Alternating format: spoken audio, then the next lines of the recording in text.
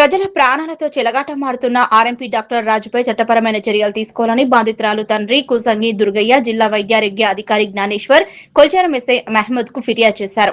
మెదక్ జిల్లా కొల్చారం మండలంలోని రంగంపేట గ్రామంలో మీనా ప్రైవేట్ హాస్పిటల్ పై కొల్చారం మండల సర్పంచుల ఫోరం అధ్యక్షులు పైతర సర్పంచ్ రవితెద్దరెడ్డితో పాటు పైతర గ్రామ పంచాయతీ పాలికవర్గం గ్రామ పెద్దలు ఆర్ఎంపీ వైద్యుడు నిర్లక్ష్యంతో ప్రజల ప్రాణాలు కోల్పోతున్నారని ఆరోపించారు.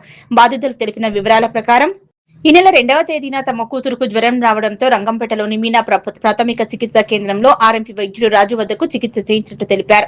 వైద్యుడు టాబ్లెట్లు, గ్లూకోజ్ బాటిల్, ఇంజక్షన్లు ఇచ్చిన అనంతరం కొద్ది రోజులకు మెడపై దద్దుర్లు, పొక్కులు రావడంతో మళ్లీ వైద్యుడిని సంప్రదించగా అవి అమ్మతల్లి లక్షణాలని చెప్పి నిర్లక్ష్యం చేసినట్లు ఆరోపించారు.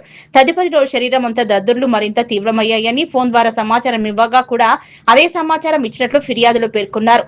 పరిస్థితి విషమించడంతో 2 రోజుల తర్వాత బాధితురాలిని హైదరాబాద్ లోని ఉస్మానియా ఆసుపత్రికి తరలించి చికిత్స కోసం చేర్పించినట్లు తెలిపారు.